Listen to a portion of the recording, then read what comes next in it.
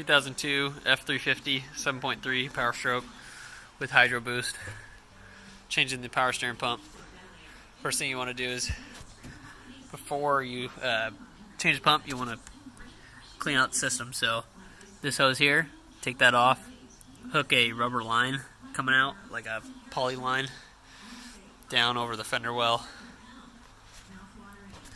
Go down here to the reservoir, open up this cap, right down there. Turn the truck on. Turn the steering wheel left and right, real slow, stop to stop, pump the brakes, and while you're doing that, make sure someone watches to make sure it doesn't run out of fluid. And you'll drain out a ton of fluid into the reservoir off to the side out of that hose.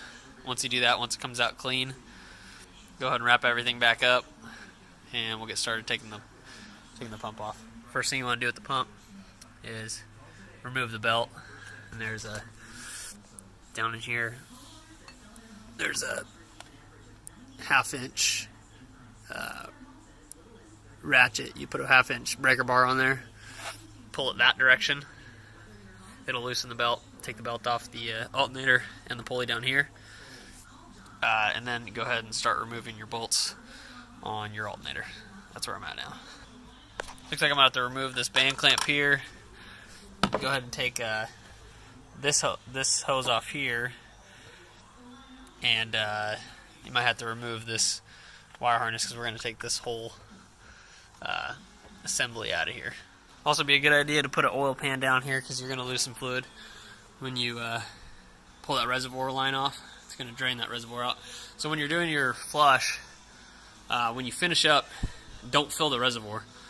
I mean, don't ever let it run out of fluid either, but try to keep as little fluid in there as possible at the end. That way it'll clean up a mess on the ground. Alright, next step is remove the bolt in here, here, and here. And those on my truck are a 13mm, using a 1/2 inch ratchet. Alright, I lied. There's actually 4 bolts holding that in. There's one here, one here, one here, and one back down under there. It's kind of hard to feel, but you'll see it down there. Okay, next step, after you get this removed, I kind of had to maneuver it around that hose. Just you got to take this line off here. After you get that pressure line off, right there, it's kind of dripping, you see it? I had to pull that radiator hose over. There's one more line on the bottom with a clamp, so you just got to take that off, and that's when it's going to drain all the fluid out. Alright, after you get it off, I just let it drain down in here.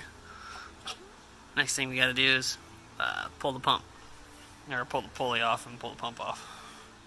Use your puller to pull this pulley off. Just use that one right there. Just rented this from O'Reilly's, 2-day rental. And after that, go ahead and pull these 3 bolts off. Alright, next, after you get your new pump installed, you got the new bolts on. Make sure it's all pointing in the right direction. Go ahead and use your pulley tool to put the pulley back on the new pump.